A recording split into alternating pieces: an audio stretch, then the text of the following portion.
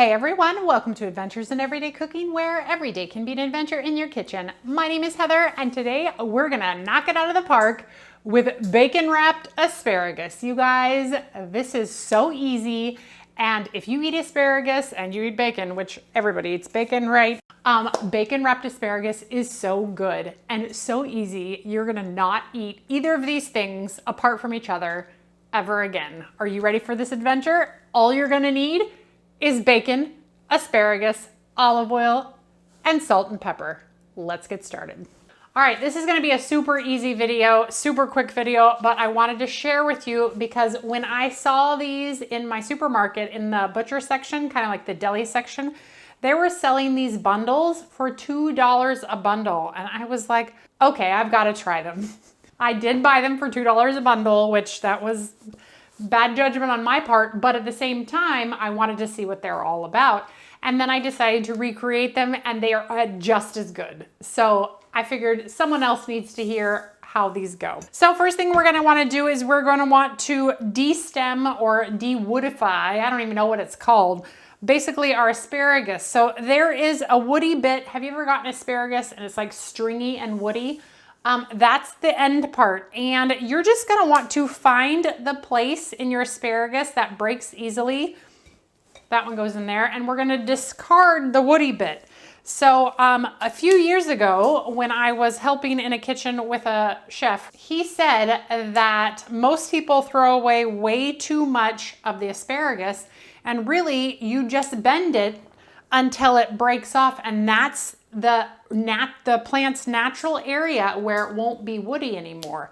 Now, I don't know if that's just his take on it or if he learned that in culinary school, but I've always done that all of my life since, and I don't get woody asparagus. So maybe that tip will help someone else. But basically, it's where it naturally breaks. That's the woody bit. This is the woody bit, and this is the woody stringy, and this is the nice tender bit. Now, what can you do with the leftover bits that you break off? Well, I am so glad that you asked. They're still edible. So if you have a deluxe cooking blender or something similar, you can definitely use that in asparagus soup. So just keep that in mind. If you are into that kind of adventure, definitely wash those up, get them into the blender, and you'll be so happy you did. All right, once you've broken them all up, we're gonna give them a good wash. All right, now that they're washed, I'm just gonna give them a good dry. So I'm just gonna put them right inside my clean kitchen towel and just kind of roll them around. It doesn't really matter if they're wet, just a little bit. Because we want the oil to stick to that and not roll off. Perfect. Let's go ahead and drench it with some olive oil. You'll probably use about 1 to 3 tablespoons of olive oil, depending on how many pieces of asparagus you get.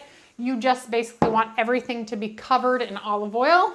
You also are going to want to season them well. So if you like salt and pepper and even garlic on your asparagus, you definitely put that all on. I'm just using salt and pepper because that's all that was on the original, and they were fantastic. So you do you, and it'll be great. So now we're just gonna give those a good toss and make sure we see salt and pepper on everything. And you can definitely salt and pepper them after you wrap them in bacon, but I find that this is the easier way to do it.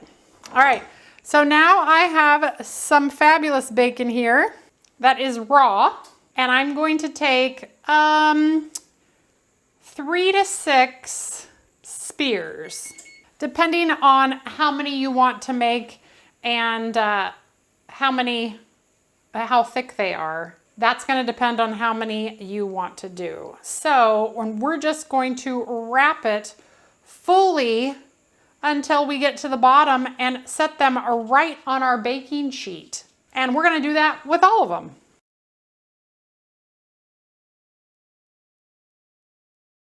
All right, and check those guys. Whoa, don't fall away. Check those guys out. And once we have it all ready to go, we are gonna get it into a preheated 400-degree oven for 20 to 25 minutes, or until that bacon is crispy and looks delicious. So I'll be back. Aha, unless you think I forgot. we're gonna do it in the air fryer. We're gonna set the air fryer for 400 on air fry for 10 minutes. And dun dun dun, they're done and they look fantastic.